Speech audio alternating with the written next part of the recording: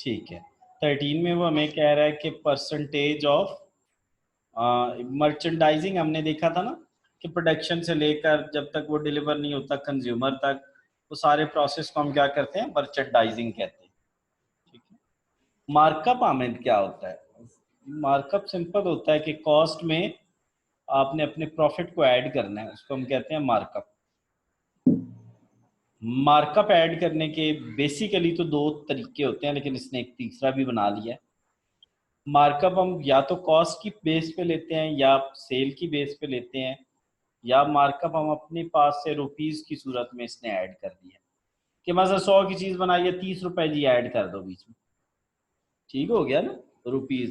यानी एक जैसे तरीका है काम ले मैन का होता है, लेकिन ये जो बाकी जो दोनों तरीके हैं ये प्रोफेशनल है।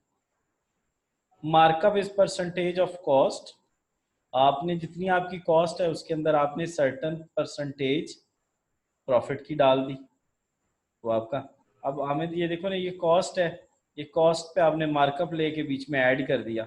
उसको थोड़ा प्रोफेशनली लिखना हो तो ये कॉस्ट कॉमन आ जाएगा इन दोनों में, इन दोनों में कॉस्ट कॉमन है ना, और इस कॉस्ट की जगह 1 आ जाएगा और यहाँ ये मार्कअप परसेंटेज आ जाएगी। अब अगर हम इसको थोड़ा दूसरे तरीके से लिखें, अब हम ये इसको सेलिंग प्राइस की बेस पे लिखें, ये देखो ना, सेलिंग प्राइस दोनों में, selling price is equal to cost plus selling price into percentage of markup. अब क्या होगा हमें, ये जो है ना, ये वाली चीज ये इधर आ जाएगी, ये वाली चीज इधर से प्लस से इधर माइनस में आ जाएगी। जब ये आमद उधर जाएगी तो अब सेलिंग प्राइस कॉमन आ गया और 1 माइनस मार्कअप ऑन सेल आ जाएगी कॉस्ट प्राइस की, तो कॉस्ट प्राइस निकल आई। अच्छा, ये रुपीज मार्कअप क्या होता है? आपने पर सर्टन रुपीज लिए, वो ऐड प्लस माइनस कर लिया, आपकी मर्जी है। हमें ये कह रहा है कि एक बंदा है और उसने 2400 की चीज 4500 में बेची, तो कितना प्रॉफिट कमाया? 2100 का। 2100 अगर कमाया तो 2400 पे डिवाइड करो, 2100 को 2400 उसकी कॉस्ट थी ना, उस पर डिवाइड करो, तो ये हमारा आंसर 87% मार्कअप मिल गया या प्रॉफिट मिल गया। अब वो कह रहा है इसकी कैलकुलेशन एक्सेल में करनी है, तो माइनस करके हमें सिंपल डिवाइड करनी है। सेलिंग प्राइस, ये वही वही चीज चल रही है हमें। मार्क, हाँ, मार्क डाउन क्या होता है हमें? हम चीज बजाय मुनाफे पे देने के कम पे दे रहे हैं, ठीक है।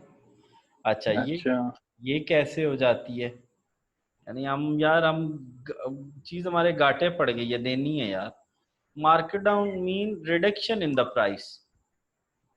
क्यों हो जाती है रिडक्शन? देखो वो कह रहे हैं डिमांड चीज की कम हो गई, या हम डिमांड ज्यादा करना चाह रहे हैं, कॉस्ट कम हो गई, हम उसका एडवांटेज लेना चाह रहे हैं, मार्केट कंपेटिटर्स को मार्केट से आउट करना चाह रहे हैं, तो ये टेक्निक्स होती हैं स्ट्रेटेजिक। हाँ, तो अब सेलिंग प्राइस आप कैसे बनाओगे?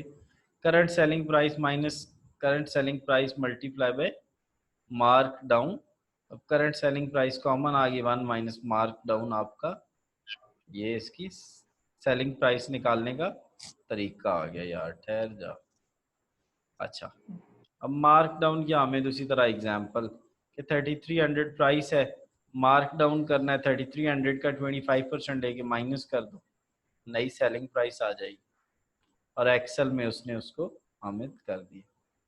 हामिद, ट्रेड डिस्काउंट के बारे में मैंने उस दिन भी आपको बताया था कि वो डिस्काउंट जो किसी चीज की लिस्ट प्राइस पे रिडक्ट या उसकी रिटेल प्राइस पे जो ऊपर कीमत लिखी होती है यार, वो डिस्काउंट जो उसकी बेस पे दिया जाता है उसको क्या कहते हैं? Trade discount.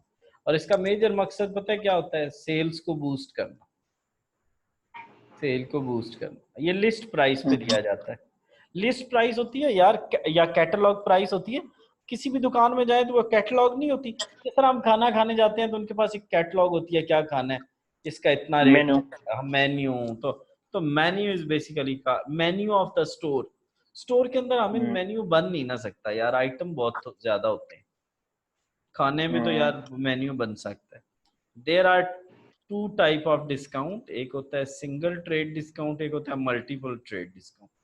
यानी आपको एक दफा मिला फिर मिल गया तो मल्टीपल हो गया, और अगर एक ही दफा मिला तो सिंगल हो गया। लो जी आमिर, कल इंशाल्लाह 14 करेंगे, ठीक है।